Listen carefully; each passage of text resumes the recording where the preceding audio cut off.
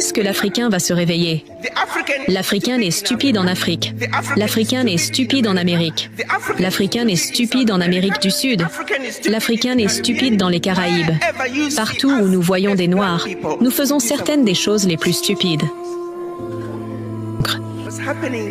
Ce qui se passe au Burkina Faso doit être soutenu. Ce qui se passe au Mali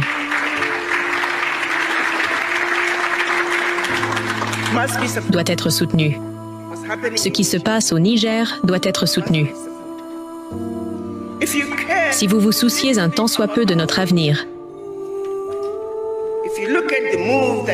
si vous regardez le geste que le Niger a fait en disant simplement que la France ne pouvait plus acheter notre uranium pour 0,80 € le kilo, alors que nous savons très bien qu'ils le vendent à 200 € le kilo.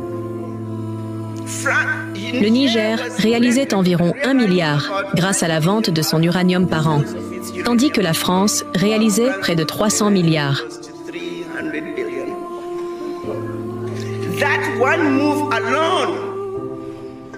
Ce simple geste où le Niger a dit non, si vous voulez notre uranium, 200 € le kilo, s'il vous plaît. Immédiatement.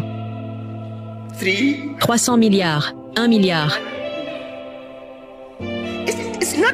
Il ne faudra pas grand-chose pour changer l'Afrique. Nous avons ce qu'il faut. S'il y a une chose dont nous sommes très chanceux, c'est que nous sommes dotés de tout ce dont le reste du monde a besoin. La vérité est que nous n'avons pas besoin du monde. Le monde a besoin de l'Afrique.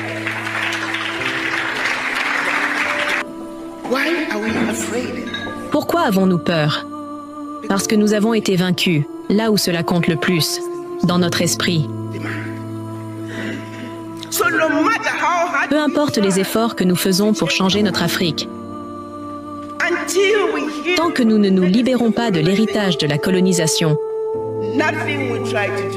rien de ce que nous ferons ne réussira.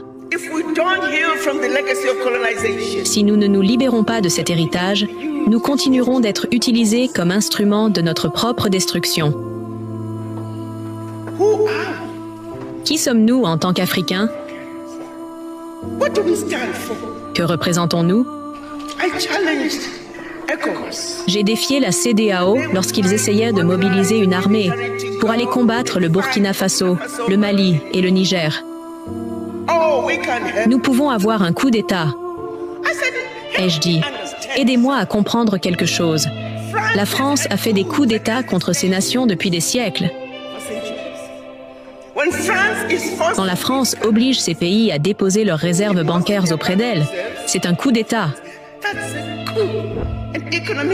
Un coup économique. Président Tinubu, qu'avez-vous fait face à ce coup d'État?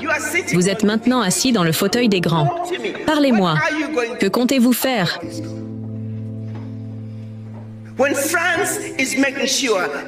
Alors que la France s'assure que toutes les ressources naturelles de ces pays lui appartiennent.